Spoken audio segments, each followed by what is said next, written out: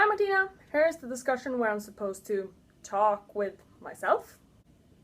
Well, anyways, the story is mainly about a high school class with students that are called at-risk students and how the teacher kind of changed their lives. So, the first question I'm going to discuss is: describe the transition between Mrs. Gurl's classroom from the first day of school, from the first day of freshman year through the end of the year.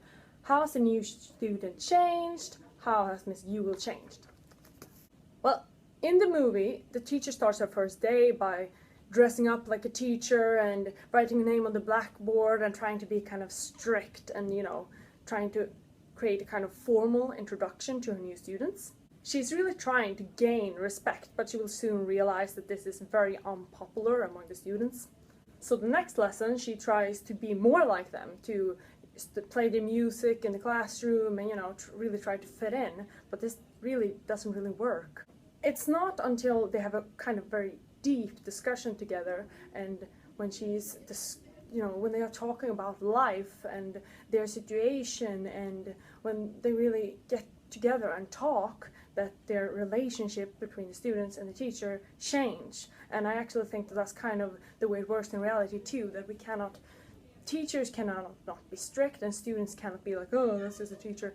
We have to get together, talk, get to know each other, and get into a very deep discussion about whatever life until we can be friends.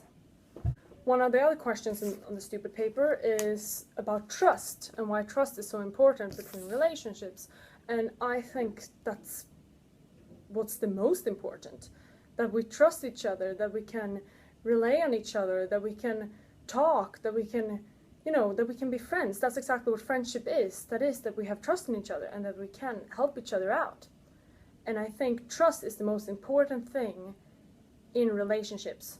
It doesn't matter if it's a relationship between, buddies in your class, or if it's a relationship between your parents, or if it's a relationship between your teacher and you. It's important that we just trust each other and that we, communicate and help each other out. That's what builds a relationship. And in the movie, after they gain the trust for each other and for the teacher, they kind of become a family. They really get along. And this is because of trust and because all the discussions and all of the friendship they have together that makes them a family. Being a family does not actually have to do anything about genetics. Well, it does, but not really, not all of it. Being a family could also be in having trust in each other and rely on each other, like they do in this movie, like they do in this class. They rely on each other.